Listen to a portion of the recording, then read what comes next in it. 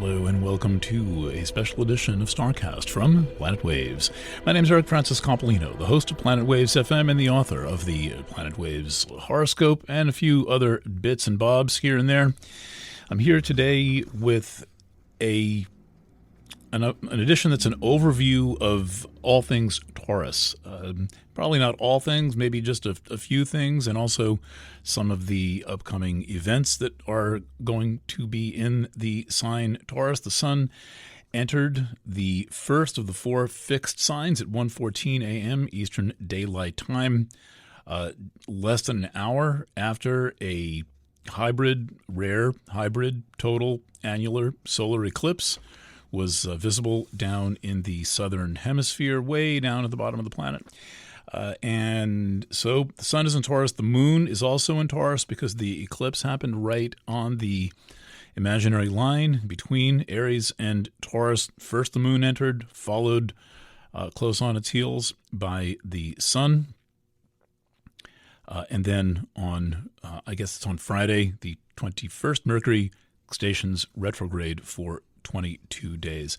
Let's first go over some Taurus basics. You may know much of this, and if you have anything to add down in the comments, please do. Taurus is a fixed sign. There are basically three crosses of the zodiac. What's the first one? Cardinal signs. Those are the ones that represent the cardinal points: Aries, Cancer, Libra, Capricorn.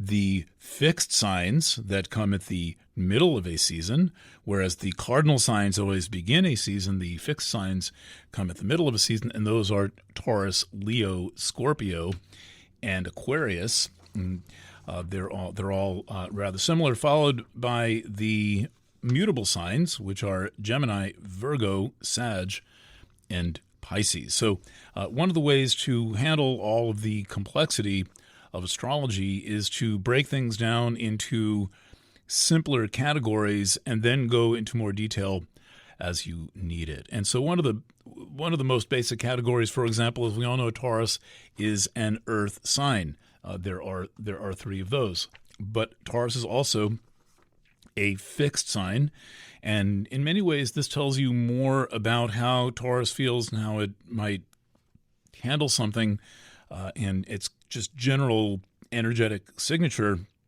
than the fact that it is an earth sign. But it is an earthy fixed sign, so that makes it rather fixed. And what does that mean? It means that Taurus prefers stability. And in addition, what happens when things take hold in Taurus is that they can become very stable. And also, I have seen that people with a strong Taurus signature in their chart, it doesn't just have to be the sun. It can be the sun, but for example, speaking of Taurus suns, tend to become an enduring force in whatever they do once they succeed. And so you can look at the list of famous Taurus people, and you find out that they are kind of like a very steadily moving train. They tend to have a deep effect on what they do, and generally can reestablish a new pattern or a kind of a new constitution in whatever field they are in. They do not necessarily get a fast start in what they are doing. Sometimes they do, but then there is a real steady quality. One of my favorite examples of a Taurus is Brian Eno, a name most people have never heard. Some of you have heard if you listen to Planet Waves FM, because I feature him every year, at least, on Planet Waves FM.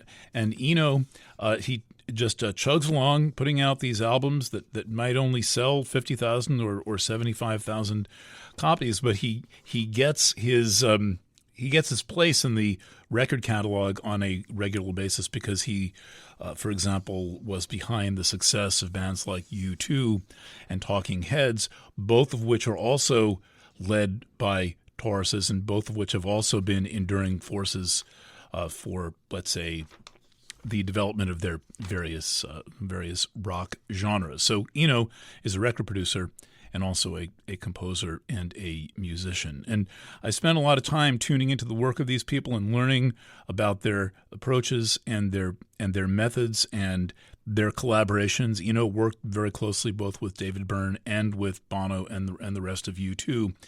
And it makes an interesting study in how you make enduring, lasting art.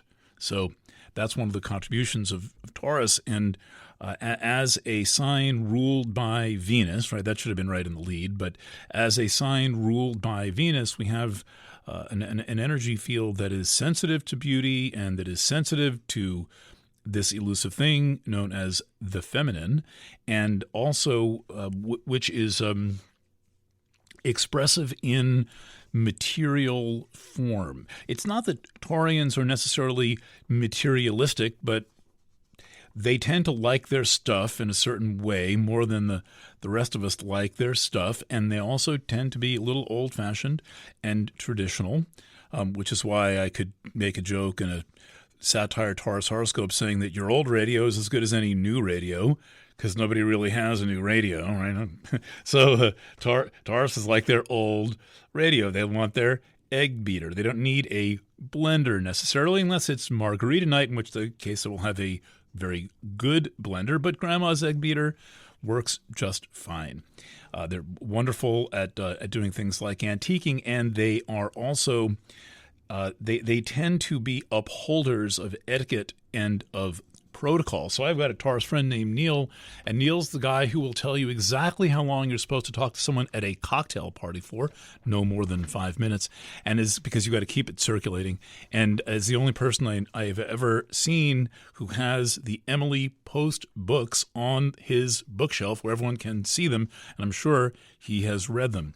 And so Taurus does something very important, which is to provide grounding and upholding of traditions and making sure that that traditions last a while. Now, this energy, to some extent, spreads into all of the fixed signs. For example, Leo, Aquarius, and Scorpio, all of which have this tendency to be as steady as possible and as, let's say, enduring and unchanging as possible until there's some kind of a seismic reorientation. And right now, the entire fixed cross is under the influence of Pluto, which has just entered the fixed sign Aquarius. And today, as I'm speaking, though I have not played this up very much because it was kind of easy to miss and all the hoopla about the eclipse this morning, the sun is square Pluto in Aquarius, Taurus Sun square Pluto in Aquarius, and this is the combination of the eclipse and Sun square Pluto is count as two of the first major events of or events, not necessarily major, but the eclipse was pretty special today of the Pluto in Aquarius era. Another thing about Taurus, as described by Alice A. Bailey, the author of Esoteric Astrology, is she talks about how Taurus is the blacksmith shop of the soul. And so when you see a very well-presented Taurus, they never go out of the house not looking impeccable. Whatever they're going to be impeccably, if they're wearing a running suit, they're going to look impeccable in their running suit. And if they're wearing, they're hippied out in their tie-dye, it's going to be nice, matching, well-presented tie-dye. And if you see them on the red carpet at the Grammy Awards, they're also going to look equally good for that kind of event. So there's always this presentation factor with Taurus, and almost with anything Venusian. Libra has this as well, not to the same extent that Taurus does. The exactly right matching shoes and the cuffs breaking exactly perfectly and the exactly right tie, saved for 3 years for that event. But underneath that facade of Taurus, there is this hot, smoky room where the metal is melting and where Vulcan is smashing on the anvil and shaping things. And so Taurians, despite this very well-composed, well-presented external appearance, can often have this deep, tremendous sense of inner movement and shift, and often of conflict that is concealed by their presentation. So you get to know a Taurus, you've got to to get to know a Taurus, you've got to get into the blacksmith shop and find out what is going on there, what the real emotions that are going on in there. And this is implying that it is necessary and helpful for Taurus signature people with a lot of Taurus going on, to be creative so they are not self-destructive. It is very easy to become self-destructive for a Taurus when they start to become consumed in their mental chatter, which is one of these very distinct things about Taurus that I can't quite really explain why that is, but many of them report they've got this very high level of mental chatter that can make them great storytellers and performers. But if that mental chatter is toxic and self-defeating and in some way a tape or a script that brings them down, that can be very painful for them and for everyone around them. So Taurians have a strong need to learn how to convert energy, neutral energy into creative energy, and negative and toxic energy into creative, and then put their stability to work for them, being consistent in this new approach to who they are and what they do. The tarot card associated with Taurus is the Hierophant. This is one of the most interesting and in some ways elliptical cards of the entire major arcana. But the Hierophant card, where there's essentially, it depends on which deck you're using for which mythology. So, if you have Crowley, it's the actual kind of, not actual. Well, is there an actual Hierophant? But in the archetypal sense, the Hierophant. But in a card like, for example, from the Rider-Waite Tarot, you have two monks kneeling before the Pope. And the monks, the card is given away. There's always a giveaway to the meaning of the card in some sublime symbol in the card. And the thing that tips the meaning of the Hierophant card is that you've got two monks kneeling before the Pope, and one is wearing a vestment with lilies on it, and one is wearing a vestment with roses on it. And so you have depicted the white path of Tantra and the red path of Tantra, a path that's more associated with asceticism and perhaps some would say purity, and then you have a path that is associated with passion and with impulse and taking big bites and eating the whole pie.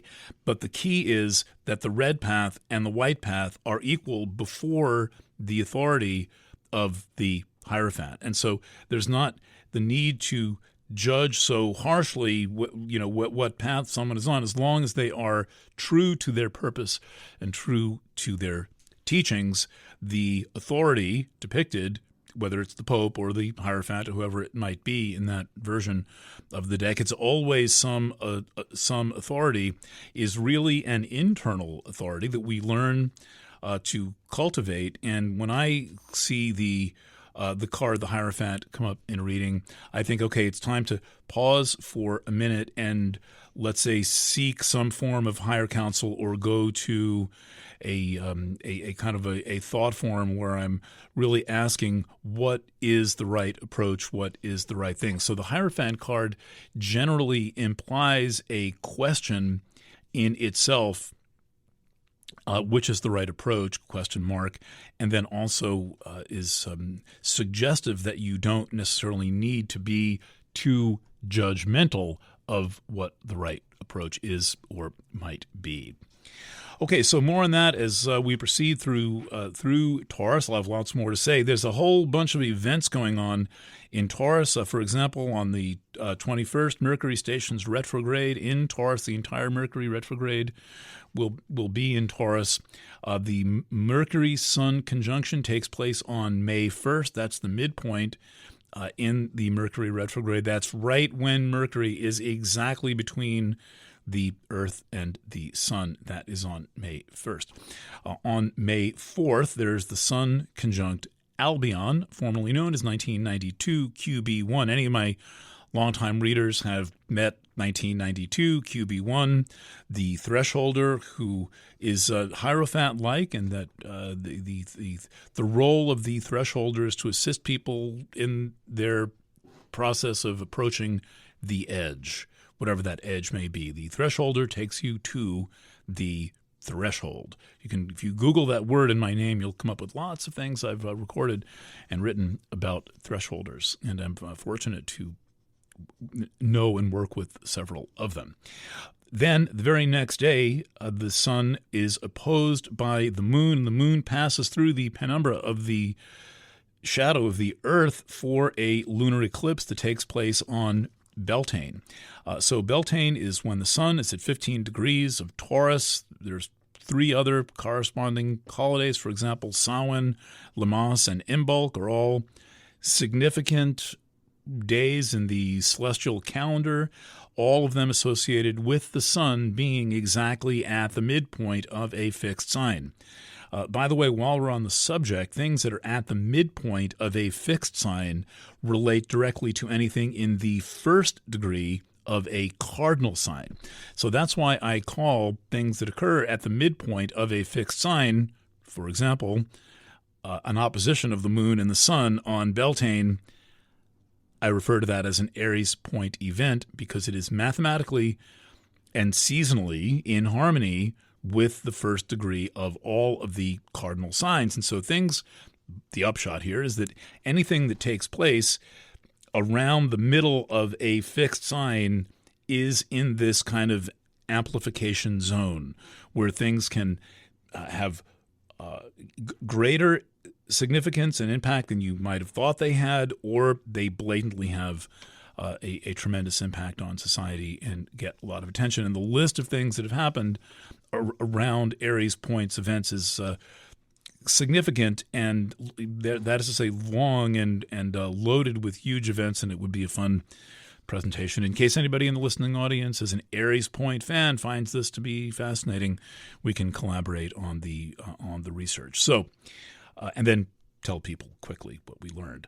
So on this coming Beltane, in 2 weeks, the sun is opposed by the moon for an eclipse of the moon, and at the same time, the sun is conjunct Albion, 1992 QB1. So this is quite a special Beltane that will be forthcoming. All right, finally, Albion, by the way, is in Taurus from 2014 through 2026 on a 12-year trip. And for those who are fans of Pluto and the Kuiper Belt, Albion, formerly 1992 QB1, was discovered in the first degree of Aries, and it was also the first object in our solar system ever discovered beyond Pluto. I have an article called Your Q to B1. See if I can link it from this, which is the story of the discovery of 1992 QB1. For years, I was friends with Dr. Jane Exlew, one of the co-discoverers. She's a planetary scientist and astrophysicist at MIT, and told me the whole story and has answered many of my questions about the nature of this kind of asteroid belt of icy critters that is they're all buzzing around Pluto. There are millions of them, and some of them are known, but the first one besides Pluto was 1992 QB1 Albion. Also in a similar group to this is Sedna.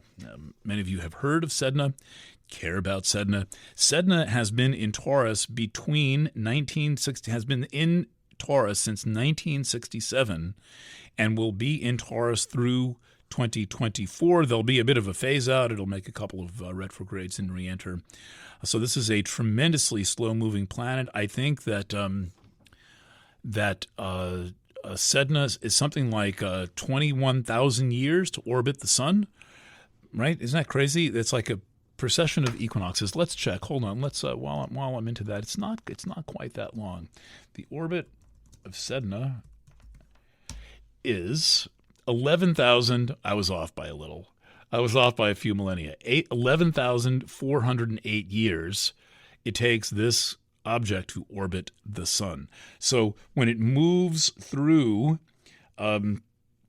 when it moves through Taurus in, 60 years or so, you know that it's close to the sun, because it's going to take a lot longer to move through other signs if the entire orbit is 11,408 years. But the news about Sedna, which, by the way, has not been in the news since it was discovered in 2003, unless you happen to go to astrology conferences, and one person is allowed to talk about it, probably none anymore, is that Taurus has been a kind of a dominant energy and force in Taurus for all of that time. And it is about to go into Gemini. So in 24, 25, it's going to transition into Gemini, and we will experience Sedna in a different sign for the first time. A key phrase for Sedna, courtesy of Melanie Reinhardt: keep your heart open in hell. Isn't that good advice for the times we are living in? Okay, if you listened this far, you're probably interested in certain things or all things Taurus. On Monday, I am planning to record the Taurus studio reading, which will take all of the astrology that I just gave you and all these little kind of ideas about Taurus, and I will present them in a 75-minute reading with original music. It's something like $33. It's almost as good as doing a personal consultation with me at a mere 12 times the price. So you really get your money's worth with these things. I didn't mention that Taurus is the most frugal sign of the zodiac. And the stories are legion about that. But I would say to Taurians who are frugal and want to spend your astrology dollars wisely, my Taurus reading for you will be a very wise investment. You can play the thing 5 times and still hear new things each time, as with this podcast. All right, signing off from a beautiful day in Kingston, New York at 1:48 p.m. on the first day of Taurus, April 20th, 2023. My name's Eric Francis. Thanks for listening, and bye for now.